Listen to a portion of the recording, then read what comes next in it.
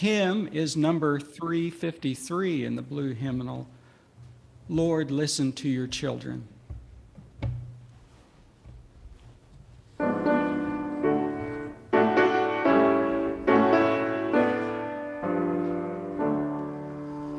Lord, listen to your children praying. Lord, send your Spirit in this place. Lord, listen to your children praying. Send us love, send us power, send us grace. Lord, listen to your children praying. Lord, send your Spirit in this place. Lord, listen to your children praying. Send us love, send us power, send us grace.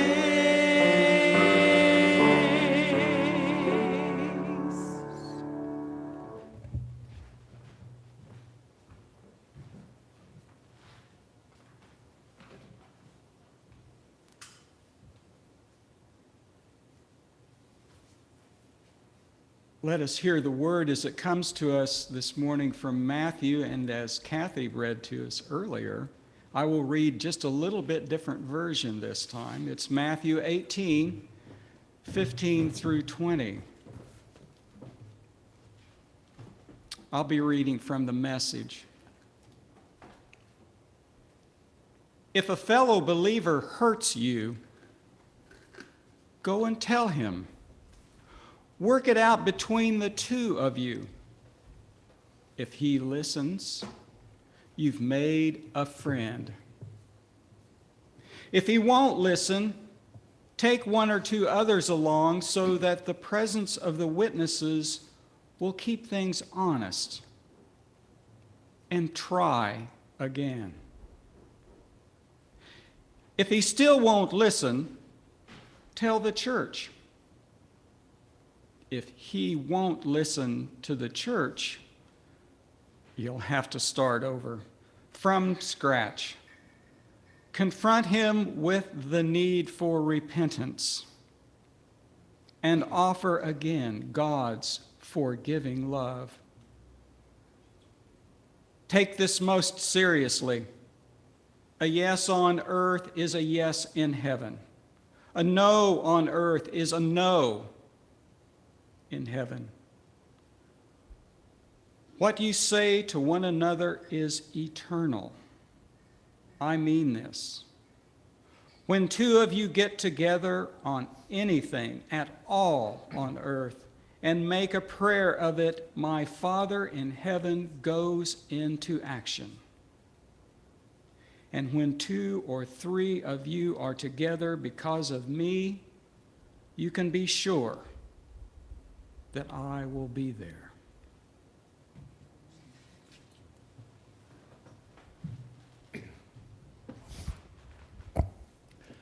Good morning, everyone. I had the pleasure and joy of attending 2 Mennonite higher learning institutions. I did my undergrad at Canadian Mennonite University in Winnipeg, and I got my Master's of Divinity at AMBS, Anabaptist Mennonite Biblical Seminary. One of the things that I loved about these institutions is that we were on a first-name basis with everyone. The president, the janitor, our professors, each other. It made me feel safe and comfortable, and as if I could contribute to the learning community myself, because I could talk to Sue about English literature, and I could talk to Mary about the scripture in Luke, and I was an equal part in that learning process. Something that I didn't realize until far too late in my life and career in academia is that not everyone felt safe or comfortable by being on a first-name basis with everyone else. I found out that my student colleagues from the Global South especially, were wildly uncomfortable with being on a first-name basis with the president of their university or seminary. I found out that my professors who had come to this country from a different country, who had worked for years and years and crossed hurdles and barriers to get to where they were, to get that doctorate and be called doctor or professor, they didn't necessarily feel comfortable or safe in that learning environment, because that added layer of protection that they had by being called Professor X, made things difficult for them to teach and to be a part of that community. This egalitarian model that was created for good accidentally and unintentionally caused harm. This is something that has stuck with me. And I started calling my professors Professor Blank, especially when I found out how much it hurt them that I was calling them by their first name, and didn't even realize that I was hurting them. So I would like us to hold this story in our minds as I tell this next story. This is something that was intended for good, and in many ways for many people was good, and that unintentionally caused harm. And this may be especially hard for some of us who hold Matthew 18 as a pillar of our Anabaptist faith tradition. So as my friend Shauna says, move your feet because I don't want to step on your toes. I would like us to look at Matthew 18, and I would encourage us all to approach it with curiosity and wonder. I truly believe that Matthew 18 is included in our Gospels, well, in Matthew's Gospel, because it was intended for good, and it had been used in the past for good. And I would like to queer this method, this process. That is to say, I don't mean let's make it gay. What I mean to queer something is to ask it questions, to interrogate it, to ask who is causing harm with this method, who is receiving harm with this method, who does this method benefit, who does it not benefit. Let's ask questions about the power and structure that goes along with the method. Like, do we ever see Jesus use this method? Yes. Do we? Oh, I haven't seen a ton of places that Jesus uses it. I've seen Jesus grab a whip or call out other faith leaders. Yes. And there are places where he goes to other people and says, this is not good. So I remember things like VORP or OVM, so Victim Offender Reconciliation People Program, or Offender Victim Ministries here in, I believe, Newton. These groups and organizations attempt their darndest to use this method as one for reconciliation.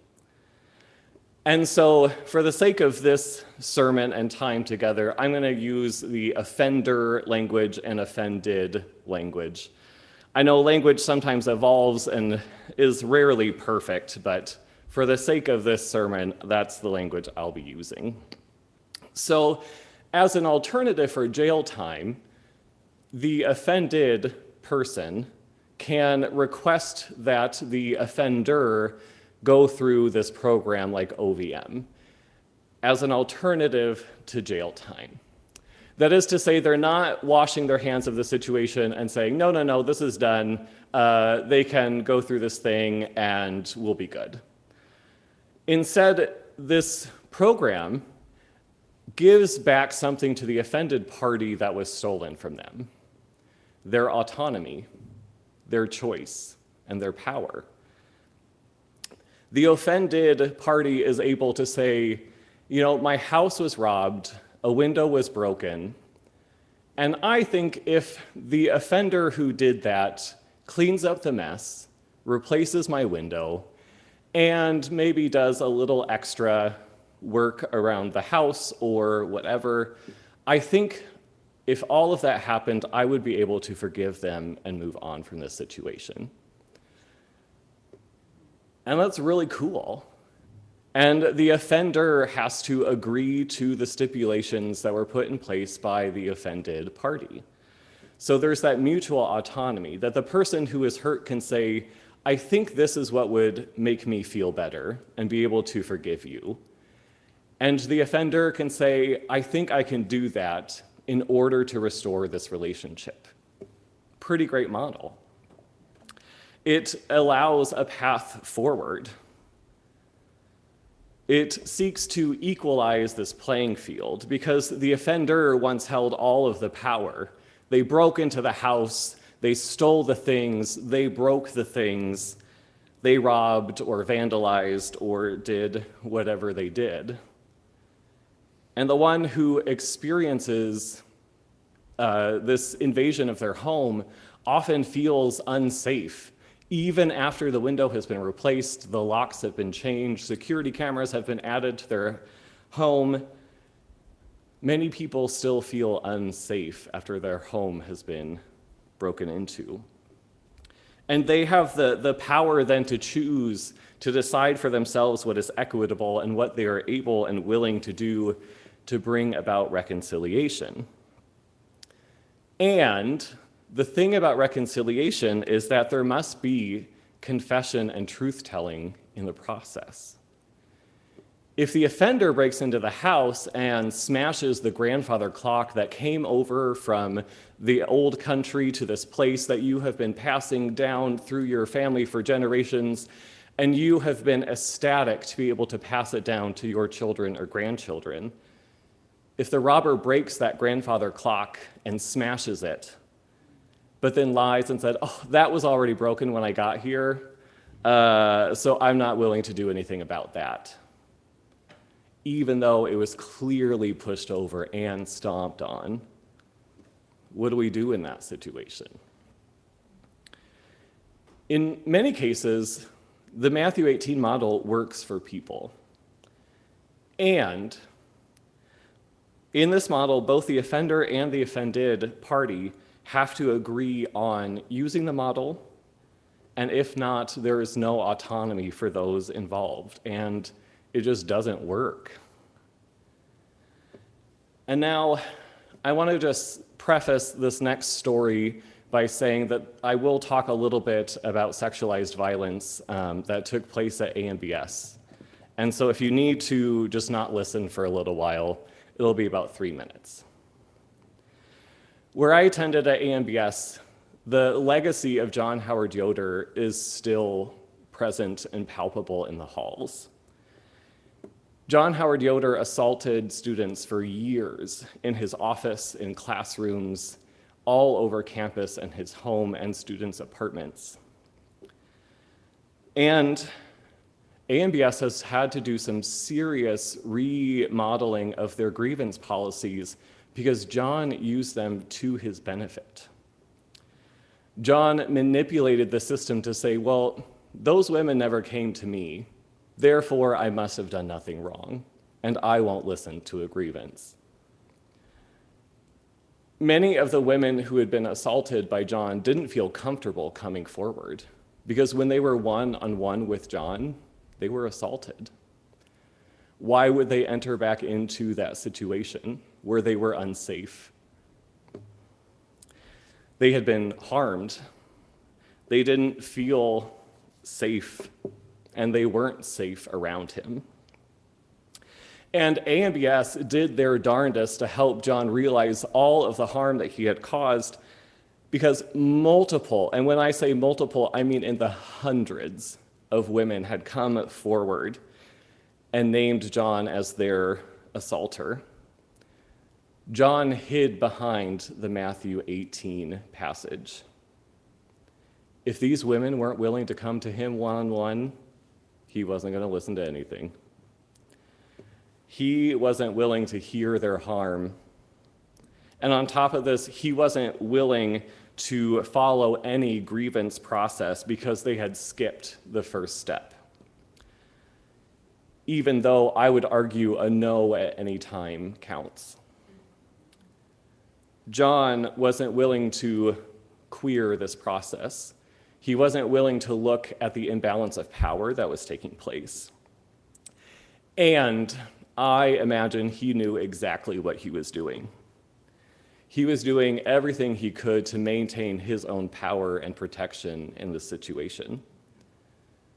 John refused to see that there was a step 2 and 3 and 4 in this process.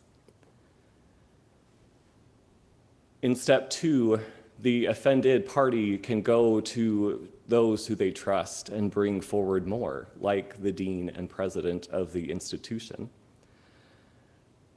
And if the offender continues to not listen or understand, they can tell the community, such as the seminary, or the church, or the denomination.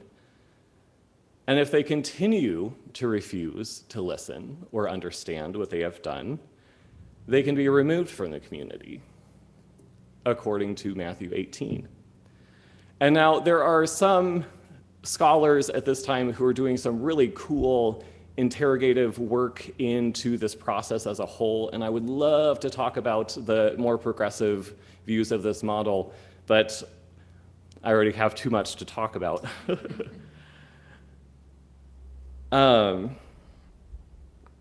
So the refusal to listen on John's part was a choice.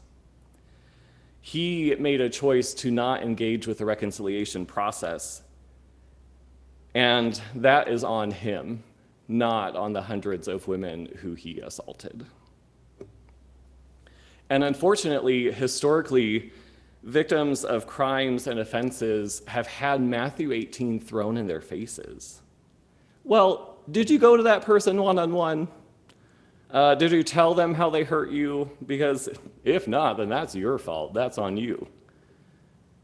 Matthew 18 began as a process intended to equalize the playing field, similar to being on a first-name basis with our professors. We had a choice and autonomy to be on equal playing fields in the process.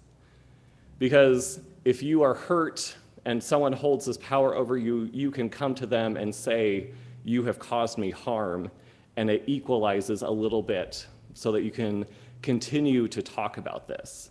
But if this person refuses to agree that they caused you harm, they continue to hold and lord that over the one who has been harmed.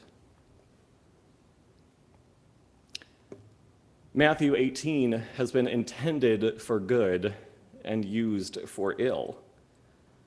Comments like, well, that's a personal issue. The church doesn't need to hear about it, get said. You should deal with that privately, gets said. Why are you bringing this to the church at all? Well, Matthew 18, verse 17 says to do exactly that. Bring it to the church.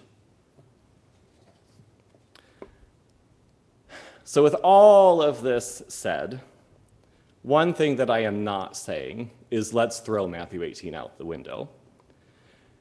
Instead, what I am saying is that those who have been offended should be allowed to use the entire method. Reconciliation can't happen if the one who has been harmed continues to be harmed by their community. Reconciliation can't happen if those who have their power stolen are not able to have a piece of it returned, to have that power and those feelings of safety returned to them. Matthew 18, even though it was intended for good, has been turned into a weapon to silence those who aren't willing to stop talking about how they have been harmed. I believe that our role as a church is to queer things.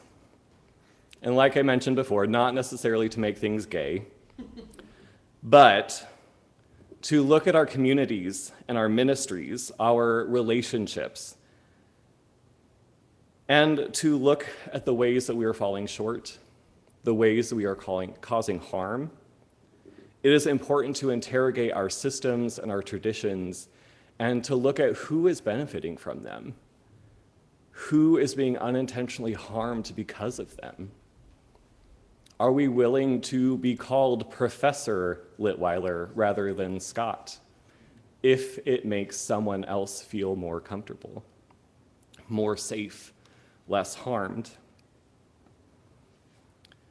Who benefits and who is harmed? And this is especially true when we create models intended for good that cause harm. Amen.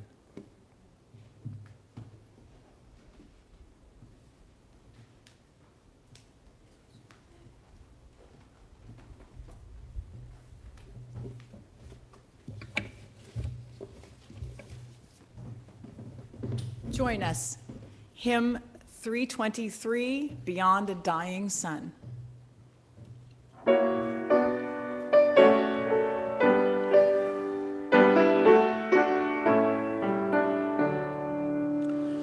Beyond a dying sun, I saw a vision on the sea of golden sails full billowed on the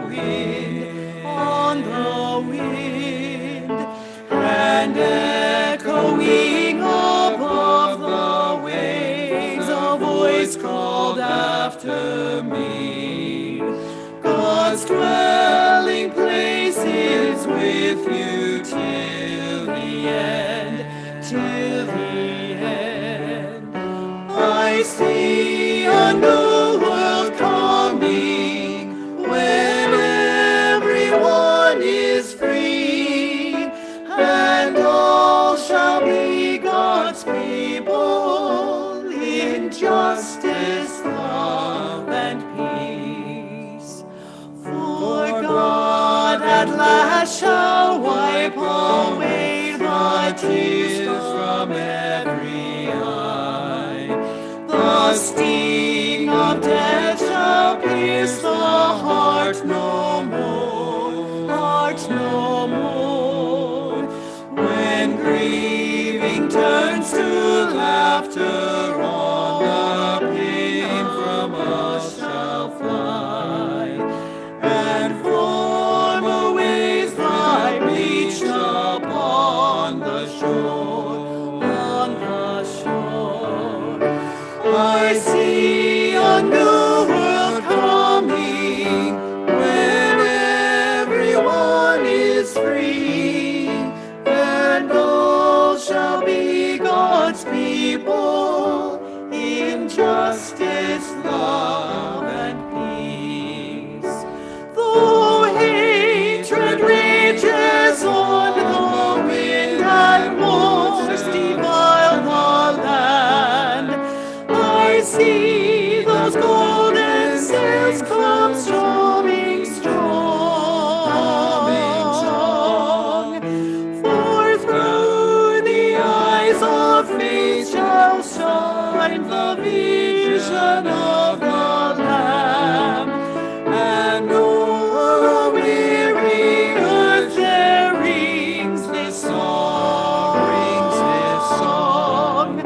I see a new world coming where everyone is free, and all shall be God's people in justice, love, and peace.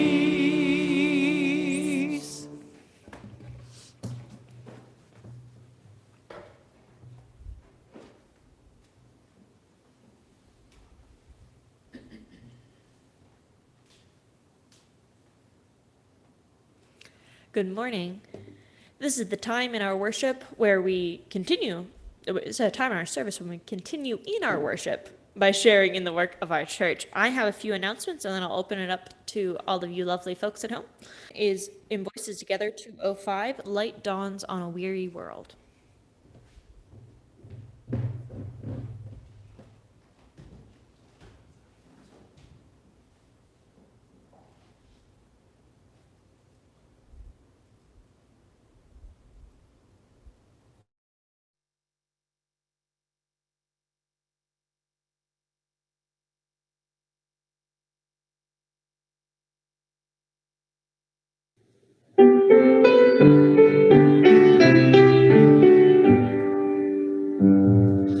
Light dawns on a weary world when eyes begin to see all people's dignity.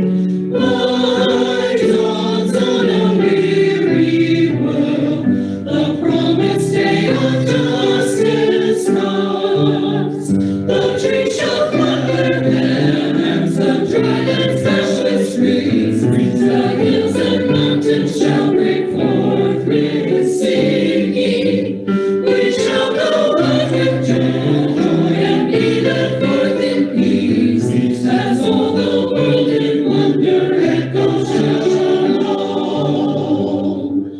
Love grows in a weary world when hungry hearts find bread and children's dreams are fed. Love grows in a weary world, the promised peace of plenty comes. The trees shall clap their hands, the dry lands dash with streams, the hills and mountains shall break forth with singing. We shall go out with joy and be led forth in peace, as all the world in wonder echoes shalom. Hope blooms in a weary world when creatures once forlorn find wilderness reborn. Hope blooms in a weary world, the promised green of Eden comes. The trees shall clap their hands, the dry lands dash with streams, the hills and mountains shall break forth with singing. We shall go out with joy and be led forth in peace, as all the world in wonder echoes shalom.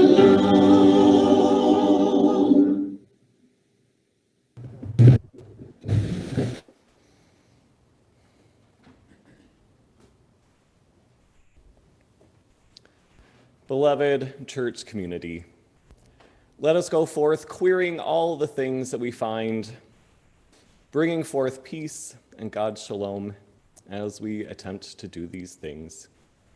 Let us go in peace. Amen.